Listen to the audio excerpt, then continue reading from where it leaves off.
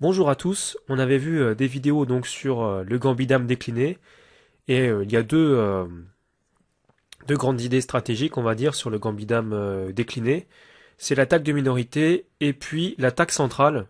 C'est assez nouveau, c'est surtout Magnus Carlsen qui l'utilise et qui a de très très bonnes réussites avec. Donc je vais vous montrer comment il utilise cet outil stratégique. Donc c'est un gambit dame décliné effectivement avec E4, avec D4 pardon, D5, C4, E6, cavalier C3, fou E7. Donc comme on le disait, hein, c'est plus précis. C prend D5, puis on prend fou F4, C6. Donc là jusque là on est dans la théorie. Dame C2 pour empêcher fou F5, fou D6, fou prend dame prend, E3.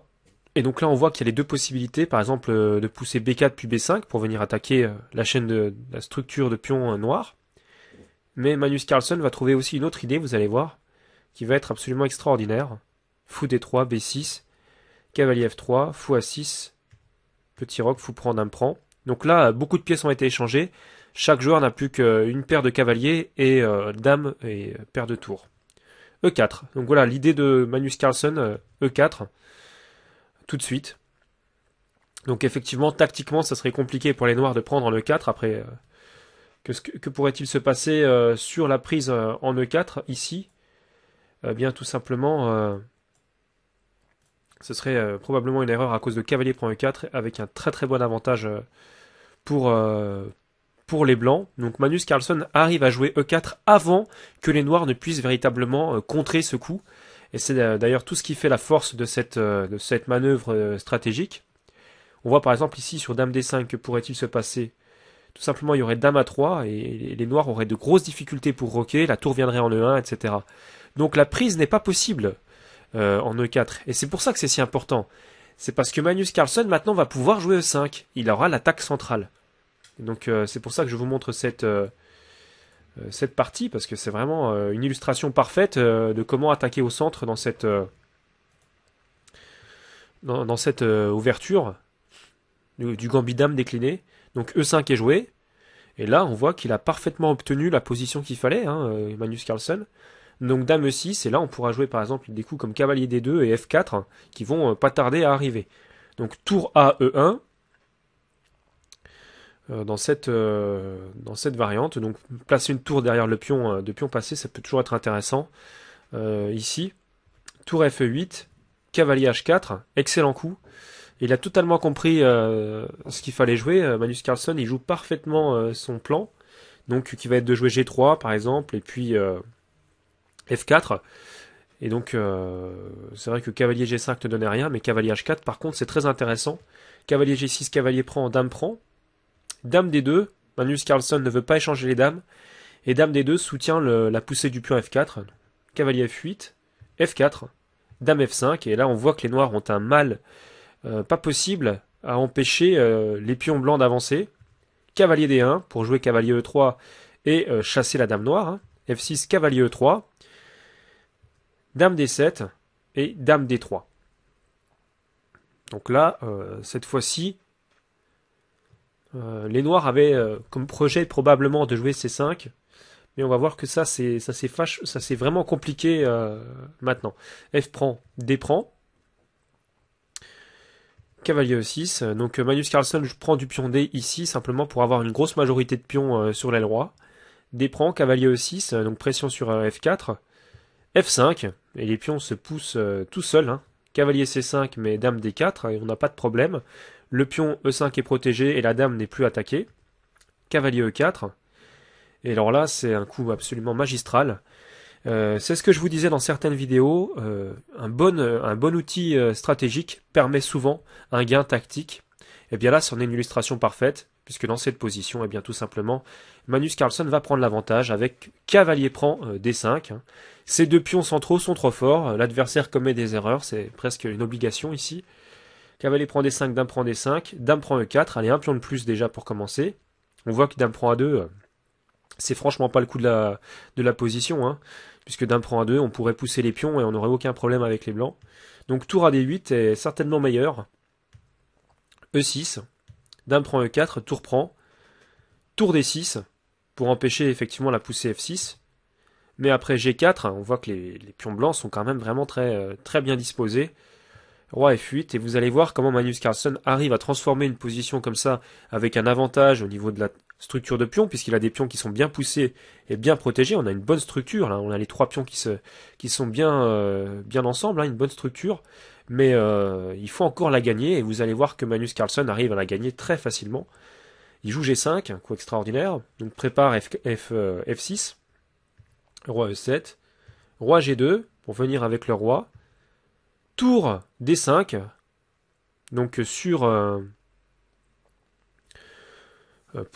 comment dire, pour faire pression sur les pions, sur le pion F5. Bon. F6 serait possible, mais que se passerait-il sur F6? Moi, j'aurais probablement joué F6, hein, personnellement.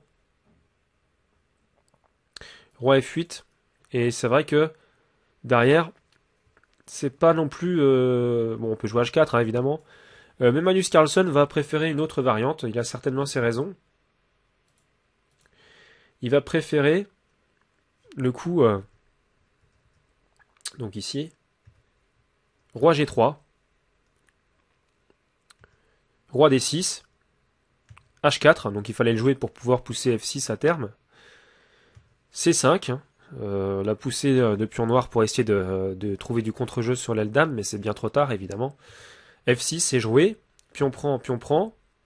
Tour D3 échec, roi H2, et après tour D2, roi H1, les noirs abandonnent parce que simplement ils ne peuvent pas tout empêcher. Hein. Il y aura la poussée F7, et puis après tour F8, il y aura tout simplement la poussée E7. Il n'y a pas moyen de l'empêcher, c'est perdu. Par exemple, il y aura une tentative qui pourrait être tentée ici, et on pourrait jouer dans ce sens-là, pour essayer de venir mater. Mais on n'a pas le temps, parce que de toute façon, il y a poussé sur dame, et c'est échec, donc de toute façon, ça donnera rien. De toute façon, ici, je pense qu'il y avait de toute manière le coup tour D1 qui pouvait certainement tenir hein, dans cette position, je pense. Donc voilà, il n'y avait pas de problème, et puis on pouvait toujours ramener le roi en E1 avec la tour qui empêchait l'échec sur E2. Donc voilà, cette variante est clairement avantageuse pour les blancs. Les noirs n'ont plus rien à jouer. Donc voilà, c'est une attaque centrale. Donc je vous remontre le moment vraiment important. Après cavalier D7 ici, comme les noirs n'ont pas roqué, ils ont un petit problème parce que comment dire, s'ils prennent au centre, ils vont ouvrir des colonnes et les blancs vont en profiter. Notamment que après E4, si pion prend, cavalier prend, attaque déjà la dame. Après on peut mettre la dame en A3, les noirs ne peuvent plus roquer parce que leur cavalier sera en prise. Et tour E1 arrive, donc de toute façon là il y a vraiment un gros souci. Donc E4, on peut déjà considérer que c'est un coup gagnant. Hein. D'ailleurs si je mets la position sur mon logiciel estime que les blancs ont un fort avantage après le coup E4, évidemment, parce que ce coup E4 va pouvoir préparer E5, le cavalier va partir en H4, on va pouvoir jouer F4, on va pouvoir pousser encore après avec tous les pions de l'aile roi, et c'est ce qui va finalement mettre une pression tellement conséquente sur l'adversaire que simplement il pourra pas il pourra pas empêcher les pions d'avancer et donc parer les menaces de promotion. Donc voilà pour cette vidéo sur l'attaque centrale. Vous voyez un petit peu le génie de Magnus Carlsen qui arrive à toujours trouver une idée stratégique dans n'importe quelle position. Et là, c'en est une illustration parfaite. Donc c'est vraiment extrêmement important ce genre de percée là au centre. Et donc c'est une bonne illustration pour que vous puissiez, vous, dans vos parties, utiliser le même genre de procédé. C'est des outils vraiment très importants hein, dans la stratégie, surtout sur D4, hein, parce que c'est des ouvertures un peu plus positionnelles, le gambit dame décliné notamment. Par conséquent, là, on a vraiment une excellente illustration de comment jouer une attaque centrale. Et donc, je vous répète qu'il y a deux possibilités dans ce type de position. Après dame C2, mais de toute façon, dans ce type de position, voilà, il attaque avec B4, B5 pour affaiblir la structure de pion, puisqu'effectivement, si pion prend, les noirs auraient un pion très faible en D5, une mauvaise structure, des pions doublés, un pion isolé en D5 est très faible. Et puis d'un autre côté, s'ils ne prennent pas, il y aura pion prend. Et là, dans ce cas-là, on aura simplement un pion arriéré qui sera très faible sur une colonne ouverte. Donc dans tous les cas, c'est vrai que les blancs arrivent à prendre comment dire, pas une initiative, mais à créer des tensions sérieuses sur la structure de pion noir. Mais il y a également la poussée qui est un petit peu moins courante, hein, une idée qui est peut-être un petit peu moins connue, mais la poussée E4 qui est tout aussi forte quand elle peut être jouée dans de bonnes conditions comme c'est le cas dans cette partie. Donc voilà pour cette vidéo. Je pense avoir déjà pas mal éclairci le tableau stratégique de cette poussée centrale et la force que peut avoir ce pion s'il passe en E5 tout simplement, parce qu'après il peut y avoir F4 et des poussées peuvent arriver avec les autres pions G et H. Donc je vous souhaite évidemment de rapides progrès, n'hésitez pas à tenter ça dans vos parties et je vous dis à très bientôt pour de nouvelles vidéos.